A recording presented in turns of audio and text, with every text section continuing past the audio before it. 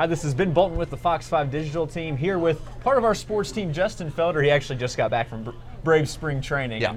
We'll talk about that at a different time. But now, today, the NBA trade deadline, and the Atlanta Hawks made a couple of moves last night and one today. Just kind of walk us through what happened in the last 24 hours. Yeah, if you were looking for the big splash, the cannonball on the trade deadline, that did not happen here in Atlanta, nor really elsewhere around the league. I guess New Orleans made the one big deal. As far as the Hawks go, they swapped Tiago Splitter for Ersan Ilyasova. Ilyasova coming in, he was a guy that Mike Budenholzer says they kind of targeted at this trade deadline, can provide some scoring. This guy's been traded everywhere. I mean, a lot of people know him from his time in Milwaukee. He's bounced around quite a bit in the NBA right now. We'll see if he can kind of be that stretch four that can shoot from the outside, provide some scoring. That's what they seem to want. The other trade they made was Mike Scott for cash with the Phoenix Suns. The legendary cash consideration. Yeah, I really think that cash is going to be it. That's the difference between beating LeBron and falling in the playoffs. No, it's just one of those that he was someone they felt like they could move. They get a little more flexibility going forward. I guess he didn't factor into their plans. Well, and it seems like the Hawks this year haven't really struggled on defense, but it's been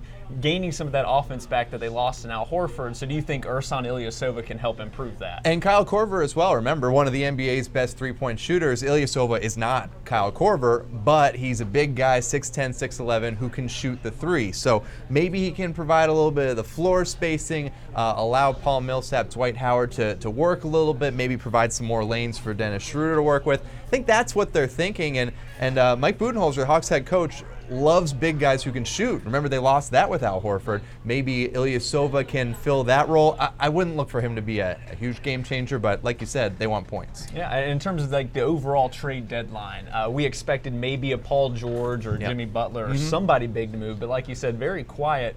Do you think the landscape of the NBA changed at all? Maybe with DeMarcus Cousins a little? That's the one. You know what? I'm really interested to see how New Orleans is going to look with DeMarcus Cousins and Anthony Davis, the two Kentucky guys playing together now. That's a team that was kind of middling around if they're going to make the playoffs. And now, I mean, if they're like an 8 seed or a 7 seed, how would you feel if you're the Warriors and have to play those guys in the first round? So that's going to be interesting. But really, I mean, is there another move that you're going to look back on in a month and go, wow, it all changed right here?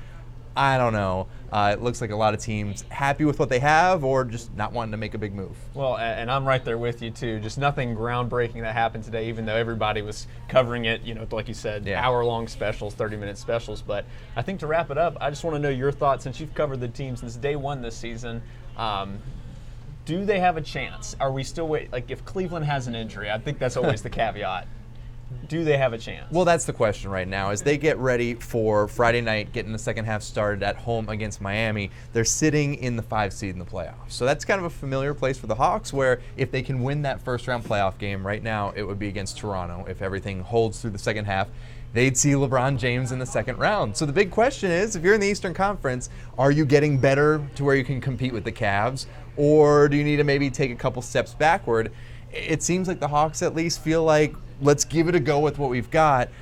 But you just don't see a lot of teams right now in the NBA just saying, we're going to blow it up and, make our fans upset and not, sell out games. That just doesn't happen right now. So are they going to beat the Cavs? Are they going to hang with them? It's going to be tough. Hey, they see him here coming up in a couple weeks at Phillips. They'll get a good test there. Yeah, you'll get a measure of what they can do, and I think we'll have another one of these discussions at the end of the year talking about should they have traded Paul Millsap if they extend him, and if Howard's investment, if that was worth it all. But I appreciate your time, Justin, and make sure you tune in to all of our Facebook and Twitter pages here at Fox 5 for the latest sports news.